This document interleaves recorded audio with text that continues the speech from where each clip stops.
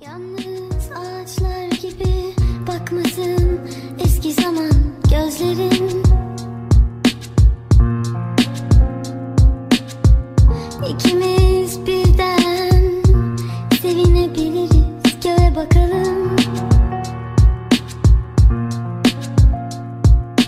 Kalbimde güzelsin, kafam kadar değilsin. Sen Leyla değilsin, ben de Mecnun değilim. Şarkı olup da milletin dilinde gezelim. Bitirdiğim yarım kalan her şeyi yitirdim. Sevmesin, bırak dostum, giden geri gelmesin. Yıllanmış şarap misali artıyor bak değerin. Bıraktığın yerdeyim de hayla sen gelmedin. Sefalet hayatında sana yer vermiştim. Soranlara diyorum hatayla sevmişim. Bırakıp da gittin ya, inan seni silmişim. Sildiğim o günden beri artık sen de bitmişsin. Duygularımın içinde yalanlarını besledin. Pes etmedim, savaştım, yalanlarına katlandım. Kahveliğinin ardından bir sigara yakmışım. Yalan dolan hayatta bir sana tapmıştım. Senden doldurduğum kalbi başkasına yakıştıramadım.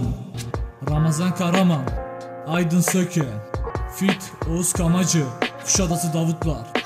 Bir umut ver bana, öyle bakıp da susma. Seninle olan hayallerim sona erdi sonunda. Annen sarılır kızına, değilsin babanın umrunda. Öfkem geziniyor bir şarjörün ağzında. Kafa meselesi, koşturursun hep ortalıkta. Bir gelecek hayal etme yanındaki kaşarla. Mektebi bitiremedim, kalmıştım sınıfta. Asla kaybetmedim dostum, tecrübem var sokakta. Zalim zenginin yanında oynuyorlar mazluma. Yıllardır mücadele ediyorum ben bu hayatla. Dolanıyor bu ara tilki kafamda, zamanını harcama niyeti bozuk insanla. Sen düşmüşsün kardeş, kimin umurunda? Özendiğin mutluluk kalır kursağında. Atıp tutarlar arkamdan, alayı palavra. Yok benim matemimde, kimseye eyvallah. Yalnız ağaçlar gibi bakmasın eski zaman gözlerin.